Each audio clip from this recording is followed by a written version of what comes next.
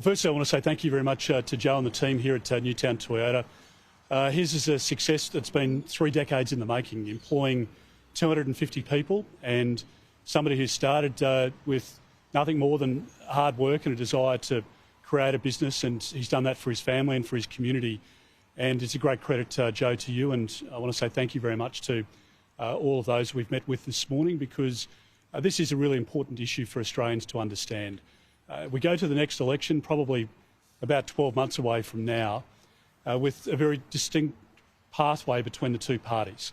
Under Labor, people will pay $14,500 more for a Hilux. Under the Liberal Party, they'll pay $14,500 less for that Hilux than what Labor's proposing. And I don't think at the moment, as Angus pointed out, in an environment where people are feeling already in their own budgets, their own lives, their own small businesses, that things are really tight, that they can afford to go out and buy a new ute as a tradie, to buy a four-wheel drive because you want to go boating on the weekend or camping. People just can't afford in their budgets to find another $14,000 or $18,000 under Mr Albanese's new ute tax and new family car tax. If somebody wants to buy an electric vehicle, that's fantastic. That's a great choice, if that's the choice for them. But if somebody wants to go and buy a D-Max, or they want to go and buy a Land Cruiser or a BT50 or a Hilux or a Ranger, whatever it might be, the government shouldn't be applying a new tax to those vehicles to make it look more attractive to buy an electric vehicle.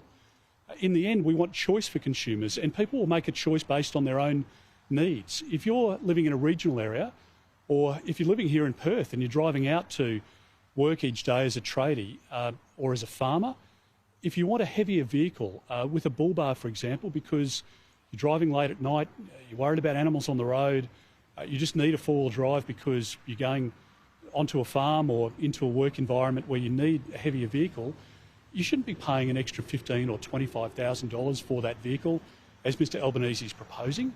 And I think Mr Bowen, again, he was the mastermind of Fuel Watch and Grocery Watch.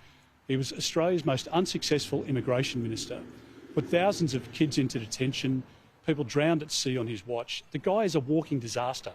And here is his latest attempt to try and destroy our country. And I just think Australians are starting to wake up to how bad a government the Albanese government is. It's clear at the moment, with the figures that we've seen today, that Australian families just can't afford to live under a Labor government. And there's worse to come. This is what you've seen from Mr Albanese in less than 2 years. Imagine what the next 2 years or the next 4 years will hold.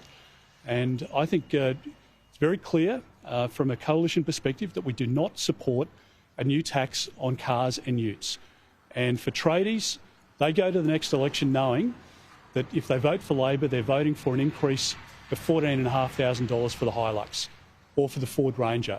And we also know that some of the vehicles are going to exit the market as a result of Labor's new tax on cars.